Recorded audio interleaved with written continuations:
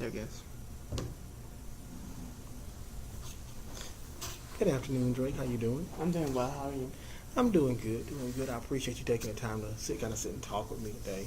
Um, the purpose of this particular session is to kind of try to get to know you a little bit. Let me first start off by saying that everything we discuss is to be kept confidential as long as there is nothing that's shared that would pertain to you harming yourself or anyone else. Okay. Other than that, everything is held under the rules of confidentiality for between client and counselor.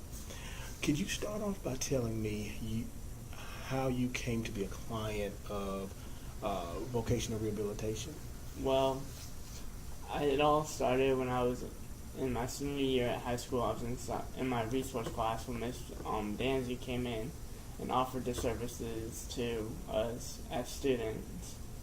So that and in high school and senior you don't know what's going on. So she said if you need help transitioning from high school to college, we can help with that. If you need help finding a job, we can help with that. So I was like, that sounds good. So I went in there and opened the case, but for a while they didn't return any of the stuff that she had asked for in the school year because I was focused on college, I was focused on this and that, and I just didn't know quite what was going on. But once I got into college and we started actually using the services, that's when I really came to wow, this is actually something I should pay attention to. Okay.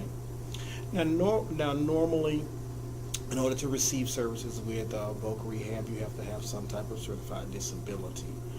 Could you tell me a little bit about what your disability is and how you came to have that particular disability? Well, I have suffered a traumatic brain injury, and sustained nerve damage to my right ear and my right eye. So I have hearing loss and my peripheral vision's off.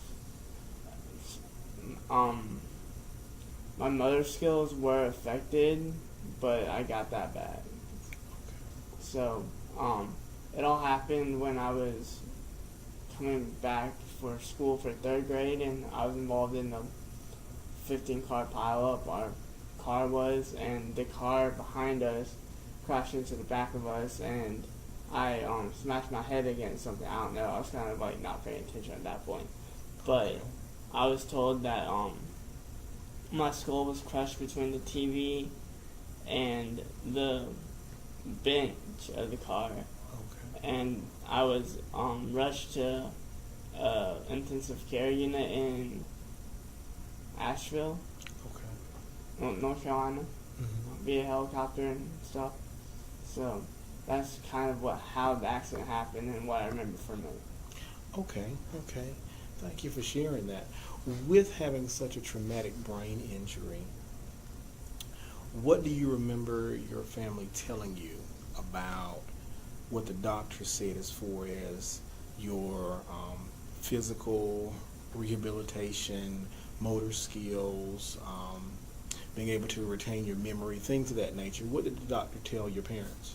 Well, when I was in the hospital, as soon as I got there, they ran tests on me and stuff like that, and they basically told my parents I wasn't going to survive the night. Okay. They had to, because I had swelling in my brain because all the liquid and stuff like that, so they had to take a needle and extract the excess fluid. Okay. So, and if that wasn't done, I would have died. Okay. They said I was never going to walk again. As far as motor skills and coordination, stuff like that. As far as what memory I retained, I had to relearn how to do everything. As far as physical, how to walk, how to talk, how to eat, how to swallow, stuff like that. But I retained math skills. Okay. Now, do you remember, I know that was about maybe 10 or so years ago, do you remember how long it took you to adjust to the limitations that you had then? Or kind of maybe some memories that you retained from growing up, with adjusting to your accident? Adjusting to it, I'm I'm a real like self advocate. Like if I don't need help, I don't like asking for it. So the whole being placed into special ed classes and having like other people that I was in some way expected to depend on, I didn't like that. I didn't like the like being singled out, saying you need extra help. So that took me a while to get adjusted to. And as far as like the years following the accident, I had to take a physical therapy class, so I had to adjust to that to fit that into my schedule. Whereas if the accident hadn't happened, I wouldn't have taken that. But I had to adjust to being. I went from my elementary school prior to the accident, and then because of the accident, I was switched to a second elementary school, and then a year after that, I switched to a third. So that was a little bit of a adjustment because growing up, I never had a set circle of peers that I grew up with. So. So, okay, you had to go to different types of schools. You had to adjust to the rehabilitation, the special needs help. Okay, how were you treated as a child with the differences that you now had by other kids or other people? I like I said, I'm a real like self-help person, so I never really let what the accident like have that big of an influence. I try to the best of my ability not to like conform to the accident or stuff that happens like that. So a lot of my friends, and like acquaintances, close friends know about the accident, but acquaintances, I don't tell them. If they don't ask, I don't tell. You don't ask, you don't tell? Okay. So, in adjusting to the challenges that you had to overcome, was it difficult for you to progress through school, middle school, ninth grade, things of that nature, having to do the rehabilitation, having to get the motor skills back, having to regain memory and different things like that? Not as much as some people might think. I never failed a grade. I never had to repeat. I actually right after the accident, when I was placed in the first special ed education classroom, they recognized that my math level was so above everybody else. Wow. They moved me into mainstream third grade math. Okay. Wow. So, with the rehabilitation, learning to do your fine motor skills and things of that nature, what was the biggest challenge for you? I recall the first time we met that you had said when you were in the hospital that the nurses and the doctors were extremely excited when you began to be able to swallow on your own again directly after the accident, because that was a really big deal in relation to the traumatic brain injury. So with that being said, how long did it take you to kind of get back to yourself?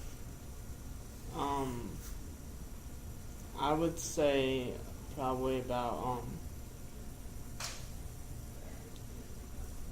3 years maybe to regain the balance and walking, stuff like that.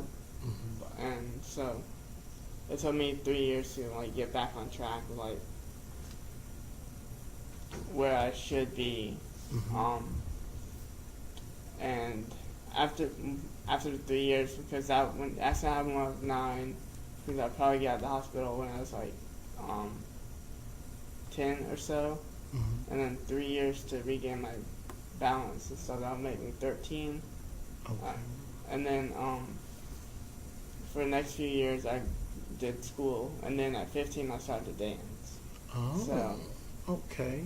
and I would practice like a lot. Like, and my dad said that really contributes to that contributes to me regaining a lot of motor skills. Okay, okay, that's great. What was it like? I've never been, so what was it like going to physical therapy when you were young? I like when you're young, you don't really have a really set strict schedule, so Mm-hmm. it was kind of like just became part of your life or daily routine or weekly routine. Oh. It was like it was something that like I knew I had to do it. Mm-hmm. Even if at times there were times I don't want to do stuff, because when you're that age, you're like you don't really know how to prioritize your life and stuff like that. So that was just something that I had to do. Okay, okay. So did you ever, I know that you have said, once or twice already, that you were a really independent person and you had to get over the concept of asking for help or allowing people to help you because you wanted to be as independent as possible, despite the traumatic brain injury. Okay. Um, in what ways did you have to learn to let people help you? Um, if like just care like if we were going to like classroom change something like that, my helper person would ask me, "Do you want me to carry stuff for you?" Or Okay. um, at first I wasn't expected or allowed to walk down the stairs. I had to take Okay. the elevator. Okay. So it was stuff like that. It was like stuff that like where I feel like okay, I'm in third grade and I'm not allowed to walk down the stairs. It's like Okay. just kind of I wanted to be more to fit in and just being a kid other than stand out and be like in the special needs group. Okay. Okay. So when when you were in the special needs class and you had the other students that were in there, did you see a difference between you and them? I did. I like because most of the other special needs kids hadn't recovered anywhere close to as well as I had. So, um, you would, I would be in a class with people who um, couldn't think for themselves Okay. or who had trouble talking, Mm-hmm. trouble walking, and pretty much just sharing their thoughts. It's like Mm-hmm. instead of having their own mind, it was somebody else's mind running their life for them. So, Okay. How did that make you feel being around those kids? I mean, at the time when I was like third grade, you don't really have a good grasp of social circles or social groups. Okay. So, I mean, it was kind of like you're in school with this group of people. So, I mean, and I'm friendly pretty much with everybody. So, Okay. I made friends with them, and I was in the class, and Mhm. they knew me, I knew them. I mean, I didn't treat them differently, but Okay. it's just something I noticed that was different. Okay. How long did you have to go to resource or the special needs class? Um, I I went to the special needs class with technically I'm still considered special needs, Okay. but I was in the special needs class with a whole bunch of other special needs people for 1 year, Okay. and then I was in mainstream classes in my fourth grade year, still having the side help, and my fifth grade year, and when I got into middle school, they offered a tutorial class which Mhm. I eventually learned to use and to my advantage. Of where Miss Okay. Danzy in my eighth grade year came to the class and no, that's high school. Sorry, You're fine. You're fine. middle school. Middle school, I've had the Mhm. same services tutorial class, which I learned to use, and some of my friends from the special needs class, one of my close friends that I grew up with in that class was in my same middle school class, and it wasn't as, my middle school class wasn't as, like, you couldn't tell so much as that it was a special needs class as much as you could in my elementary school year. Okay. So growing up and making the adjustments, overcoming the limitations and the challenges that you had from your injury, did you see a difference in the way children with special needs, just in general, were treated by the other kids? Now, even though they may not have treated you that way? Not as much, like,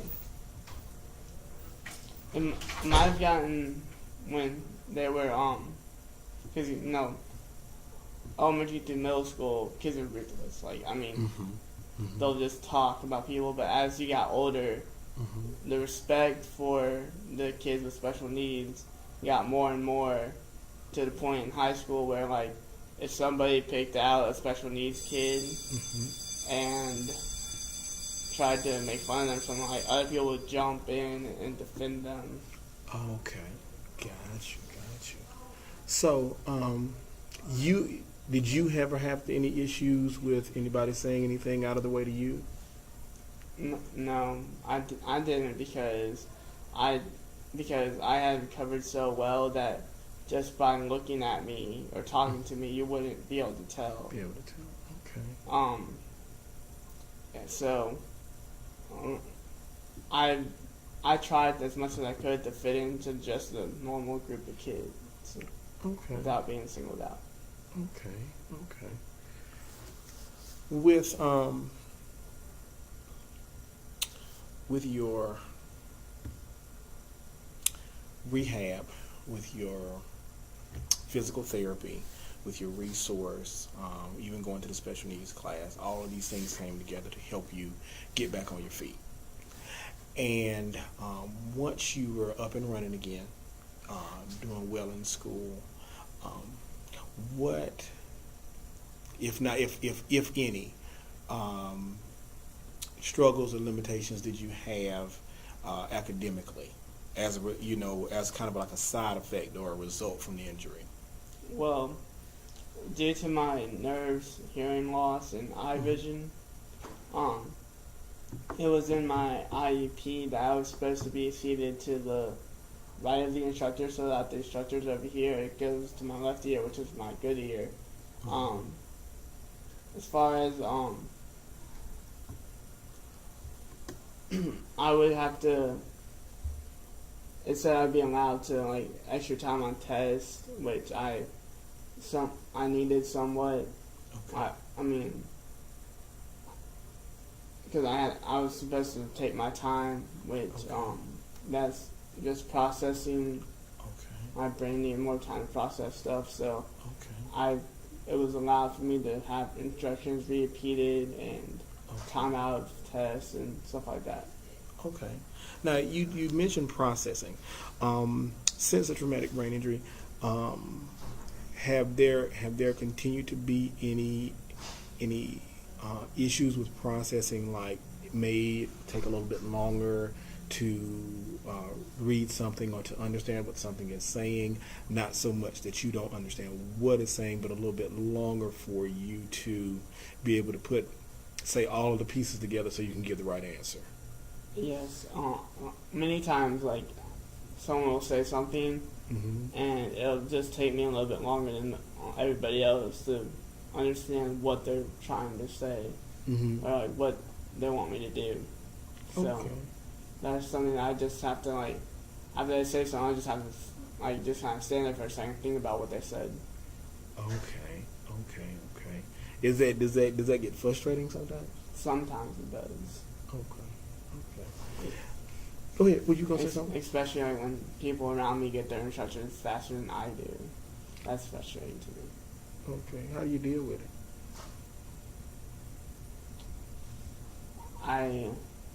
just put everything together and I just go do it. And just if someone asks me about it, I just tell them that like I take a little bit longer to process stuff. So, Drake, you were telling me that after you had overcome the motor skills deficit that you had from your traumatic brain injury, you said something about loving to dance. Mm-hmm. Can you tell me a little bit about kind of how that got started and where it is now? Well, it got started the year after I finished my eighth grade year. I was at the eighth grade dance, and I saw one of my friends doing just some little dance on the floor and stuff like that. I said, that's pretty cool. So I went home, I watched a Step Up movie. I said, I want to move like these people. So I looked up on YouTube how to do this different moves, and I said, okay, well that was pretty easy. Might as well get another move to go with it. So I started learning the tutorial, just one after the other. And then after a few months or so, a private studio opened up about 5 minutes away from my house, and my mom said, let's go check it out. So I went there and took one of their classes, and the owner saw the potential in me and immediately put me on a competition class. I had taken no other classes before that. Okay. So I was pretty excited, and then I just practiced more and more and went to competitions and placed in like the top 10 on my first competition as a group. And then my second year competing, they offered me a solo dance. They actually suggested solo dance. And my solo year, I went to nationals and won national championships for the category and placed 6th overall out of everything. Wow. So that's kind of where it is today. And I just graduated high school and reached the age minimum for most local studios. So I'm still trying to figure out what I want to do right now as far as dance goes. Okay.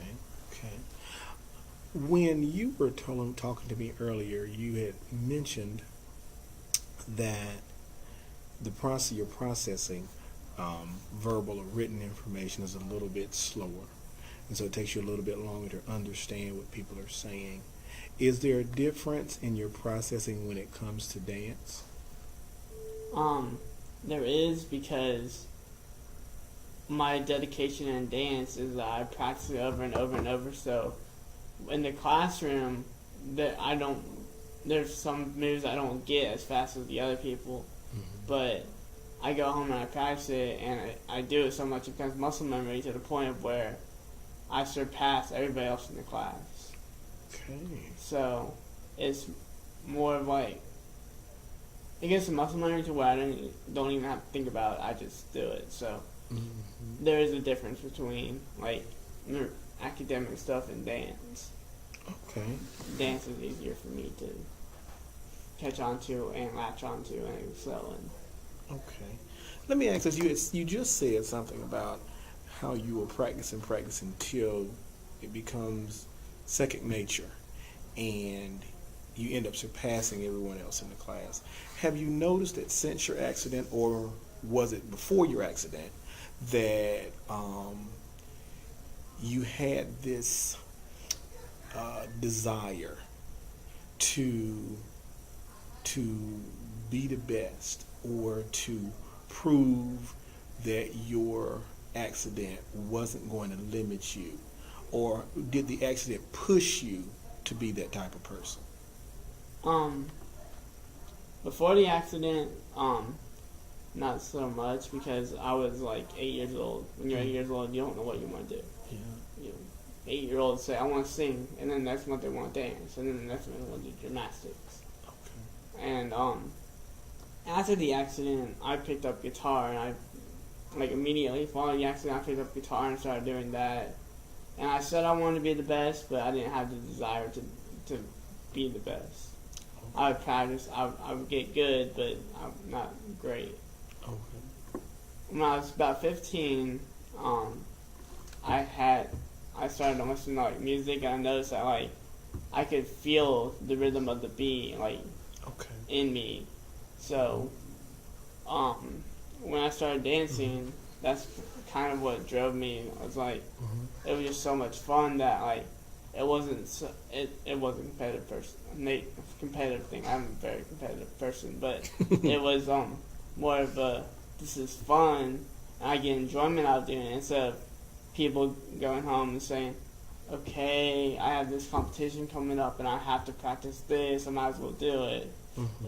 For me, it's I have a competition coming up. I gotta learn this dance. I get to dance. It's gonna be awesome. Okay. It's just I feel like the reason I'm so good is because I actually enjoy going home and dancing.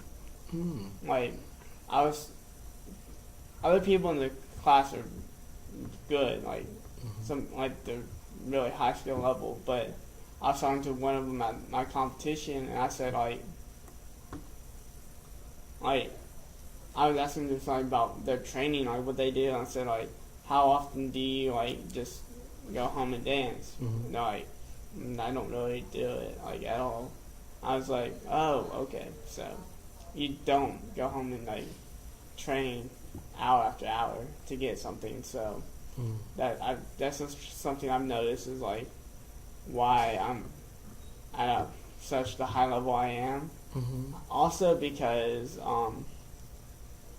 I this hasn't this is what I say to people is like I just want to prove the doctor's wrong, but that wasn't a point of driving force like when I was starting. But like now that I am gotten to the level I'm at, I'm saying I can prove the doctor's wrong. Like the doctors are not always right. Mm-hmm. So Okay. that's just kind of where I stand with that. Okay. Okay. So, you've graduated from high school. What are your future plans? I want to graduate from Greenville Tech with a 2-year degree in marketing with a marketing major. Get like a part-time job marketing somewhere while I continue on to get like a higher marketing degree at USC Columbia, and then graduate with the higher degree and go work for like a major company and market for them. Like so that's the plan. Just I want to get to like while I'm marketing for like a big company that like everybody knows the names of. For everybody knows who they are because of campaign I made. That's the big picture. That's very ambitious of you. What is it about marketing that you like so much?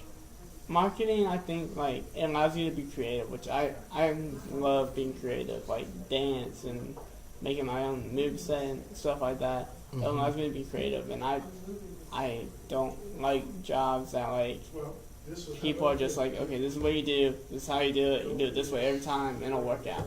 Because then you get good at that, and then it's just like you're not that like you just I get the mindset a robot could replace you. Okay. I don't feel like I'm using my brain to the best way I can. In marketing, you come up with advertisement, you come up with how you want to do it. Your boss says, I want this done, and you say, okay, you take it and you do it your own way.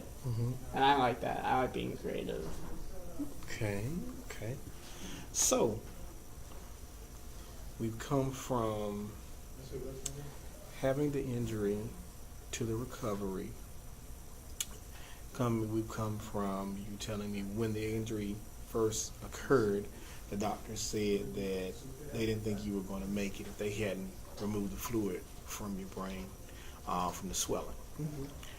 And now you've come to the point where you're a semi-professional dancer.